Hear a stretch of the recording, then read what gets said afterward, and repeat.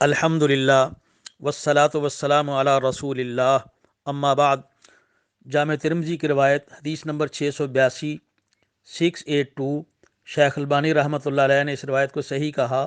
نبی علیہ السلام نے فرمایا، اذا کان اول لیلۃ من شہر رمضان، جب رمضان المبارک کی پہلی رات ابھی شروع ہی ہوتی ہے، صفدت الشیاطین و مردۃ الجن، شیطانوں کو جکڑ دیا جاتا ہے، بند کر دیا جاتا ہے، سرکش جنوں کو بھی جکڑ دیا جاتا ہے، جہنم کے دروازے بند کر دیے جاتے ہیں۔ پورا رمضان جہنم کا کوئی دروازہ نہیں کھلتا، جنت کے دروازے کھول دیے جاتے ہیں۔ فلم یغلق منہا باب، ان میں سے پھر پورا رمضان کوئی دروازہ بند نہیں کیا جاتا۔ وَيُنَادِي مُنَادٍ، اللہ تعالیٰ کی طرف سے پھر ندا دینے والا، اعلان کرنے والا اعلان کرتا ہے، یا باغی الخیر اقبل، اے نیکیاں کرنے والے اور زیادہ نیکیاں کر لے۔ با یا باغی الشر اکثر، اور اے برائیاں کرنے والے اب تو رک جا، اب تو باز آ جا۔ وَلِلَّهِ عُتَقَاءُ مِنَ النَّارِ، اور ان راتوں میں اللہ تعالیٰ لوگوں کو جہنم سے آزاد کرتا ہے۔ وَذَلِكَ كُلَّ لَيْلَةٍ، اور یہ ہر رات میں ایسے ہی ہے۔ رمضان المبارک کی تمام راتوں میں اللہ تعالیٰ کی طرف سے اعلان ہوتے رہتے ہیں کہ برائیاں کرنے والے رک جائیں، اچھائیاں کرنے والے اور زیادہ کر لیں۔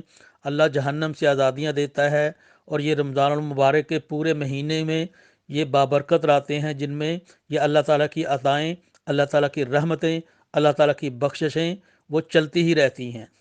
اگر آپ عام طور پہ دیکھا جائے کہ اگر مثال کے طور پر پاکستان اور انڈیا کا ایک میچ رات کے 2 بجے شروع ہو اور 5 بجے ختم ہو تو ساری قوم جاگ جائے گی، ساری قوم اٹھ کے اس میچ کو دیکھ رہی ہوگی، فجر کے ٹائم بند ہوگا، ساری قوم نماز پڑھے بغیر سو جائے گی۔ تو یہ رمضان کی راتیں، ان کا ہمیں اہتمام کرنا چاہیے، راتوں کو اٹھ کے اللہ تعالیٰ سے معافیاں مانگنی چاہیے۔ اور پھر یہ رمضان میں بھی ایسے ہے، اور رمضان کے بغیر باقی جو ایام ہیں ان میں بھی ایسے ہی ہے۔ صحیح بخاری کی حدیث نمبر 7494، 7494، نبی علیہ السلام نے فرمایا، ینزل ربنا تبارک و تعالی کل لیلۃ الی السماء الدنیا، اللہ تعالیٰ ہر رات میں آسمان دنیا پہ تشریف لاتے ہیں۔ حین یبقی ثلث اللیل الآخر، جب رات کا آخری تیسرا حصہ رہ جاتا ہے، تو یہ سمجھ لیں کہ رات کے ختم ہونے میں کوئی 2 گھنٹے جب باقی ہوتے ہیں تو یہ اس کا تقریباً ثلث حصہ بن جاتا ہے، 1/3 بنتا ہے۔ تو اللہ تعالیٰ اس وقت یہ ندا لگاتے ہیں، من یدعونی فاستجیب لہ، جو مجھ سے دعا مانگنا چاہتا ہے میں اس کی دعا کو قبول کر لیتا ہوں۔ جس نے مجھ سے سوال کرنا ہے مانگ لے، میں اس کو عطا کرتا ہوں۔ جس نے مجھ سے معافی مانگنی ہے، من یستغفرنی، جو مجھ سے معافی مانگتا ہے مانگ لے، فاغفر لہ، میں اس کو معاف کر دیتا ہوں۔ تو یہ رمضان کی راتیں بھی اور غیر رمضان کی باقی ایام میں بھی راتوں کو اللہ تعالیٰ ندائیں لگا لگا کے لوگوں کو کہہ رہے ہیں کہ کسی نے معافی مانگنی ہے تو مانگ لے، کسی نے ہم سے مانگنا ہے تو مانگ لے۔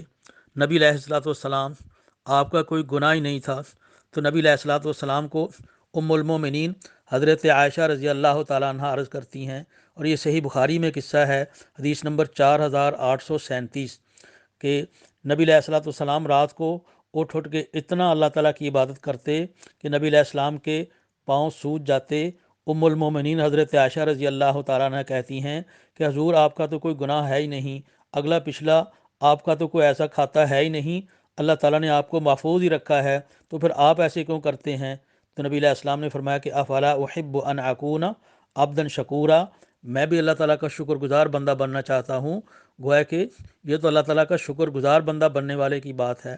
تو آج موقع ہے کہ نوجوان بھی سوچے، اگر نوجوان اب سے ہی یہ عزم کر لے کہ رات کو فجر سے آدھا گھنٹہ پہلے، پونا گھنٹہ پہلے اٹھ کے کچھ رکعتیں پڑھنی ہیں، اللہ تعالیٰ سے سرگوشیاں کرنی ہے، اللہ تعالیٰ کو منانا ہے، تو پھر یہ ان خوش نصیب بندوں میں داخل ہو جائے گا جن کے بارے میں نبی علیہ السلام نے فرمایا کہ شاب نشأ فی عبادت اللہ، ایسا نوجوان جس کی جوانی اللہ تعالیٰ کی عبادت میں گزری، اسے اللہ تعالیٰ کے عرش عظیم کا سایہ نصیب ہو جائے گا۔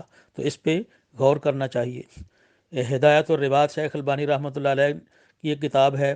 ایسے مسند احمد میں بھی شیخ البانی رحمۃ اللہ علیہ نے اس روایت کو صحیح کہا کہ ایک بندہ نبی علیہ السلام کے پاس آیا اور اس نے آ کر کسی بندے کے بارے میں یہ ذکر کیا کہ ان فلانا یصلی باللیل فاذا اصبح سرقا، فلاں بندہ رات کو نماز بھی پڑھتا ہے، تہجد بھی پڑھتا ہے، صبح ہوتی ہے تو چوری کر لیتا ہے۔ تو نبی علیہ السلام نے فرمایا انہو سینہاہ ما تقول، جو تم کہہ رہے ہو اگر وہ ایسے ہی قیام اللیل کرتا رہے تو یہ برائیوں سے رک جائے گا۔ تو اس سے پتہ چلا کہ بندہ اگر کوئی یہ سمجھتا ہے کہ برائیاں میں چھوڑ نہیں سکتا، چھوٹتی نہیں، کیا کروں، کمزور آدمی ہوں، شیطان کا غلبہ ہے، فتنے زیادہ ہیں، تو اللہ کا قرآن بھی کہتا ہے کہ ان الصلاۃ تنہا عن الفحشاء والمنکر، نماز برائیوں سے بھی روک دیتی ہے، برے کاموں سے بھی روک دیتی ہے۔ 5 وقت کے پابند بن جاؤ، دیکھنا کہ اللہ تعالیٰ کا وعدہ ہے کہ بندہ برائیوں سے رک جاتا ہے۔ رات کو اٹھ کے اللہ تعالیٰ کو منانا شروع کر لو، اللہ تعالیٰ برائیوں سے محفوظ فرما دیں گے۔ جامع ترمذی کی ایک روایت ہے، حدیث نمبر 2527، اور یہ شیخ البانی رحمۃ اللہ علیہ نے اس روایت کو حسن درجے کی کہا۔ نبی علیہ السلام نے فرمایا ان فی الجنت غرفا ترا ظہورها من بطونها و بطونها من ظہورها، کہ جنت میں کچھ ایسے کمرے ہیں، ایسے بالا خانے ہیں، ایسے بہترین اللہ تعالیٰ نے کمرے لوگوں کے لیے رکھے ہیں کہ اندر سے دیکھو گے تو باہر کا سارا منظر خوبصورتی نظر آ رہی ہے، باہر سے دیکھو تو اندر کی ساری خوبصورتی زینت نظر آ رہی ہے۔ ایک رابی نے پوچھ لیا کہ حضور یہ کمرے، اس طرح کے بالا خانے، یہ ملیں گے کس کو؟ نبی علیہ السلام نے فرمایا کہ لمن اطاب الکلام، جس کی کلام اچھی ہے، جو اچھی بات کرتا ہے، وہ اطعم الطعام، لوگوں کو کھانا کھلاتا ہے، وہ ادام الصیام، ہمیشہ روزے رکھتا ہے، گویا کہ فرضی روزے بھی ان کا بھی پابند ہے، نفلی روزے بھی رکھے، وصلی باللیل والناس نیام، اور رات کو جب لوگ سوئے ہوتے ہیں اس وقت اٹھ کے جو بندہ نماز پڑھنا شروع کر دیتا ہے، تہجد پڑھنا شروع کر دیتا ہے، اسے جنت کے یہ بالا خانے بھی مل جائیں گے۔ اللہ تعالیٰ سے دعا ہے کہ اللہ تعالیٰ ہمیں عمل کی توفیق عطا فرمائے، آمین یا رب العالمین۔